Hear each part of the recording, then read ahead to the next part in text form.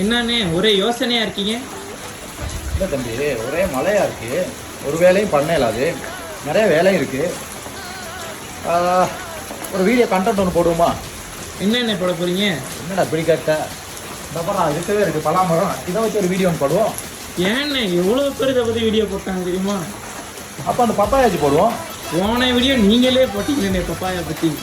சரி வாடா, அப்போ இப்படி செய்வோம். நம்ம வீடியோ ஒன்று பண்ணோம்னா ஒரு 4 பேருக்கு நல்லதாக இருக்கட்டும். வா, ஒரு 4 பேர் பயன்படுற மாதிரி ஒரு நல்ல வீடியோ போடுவோம்.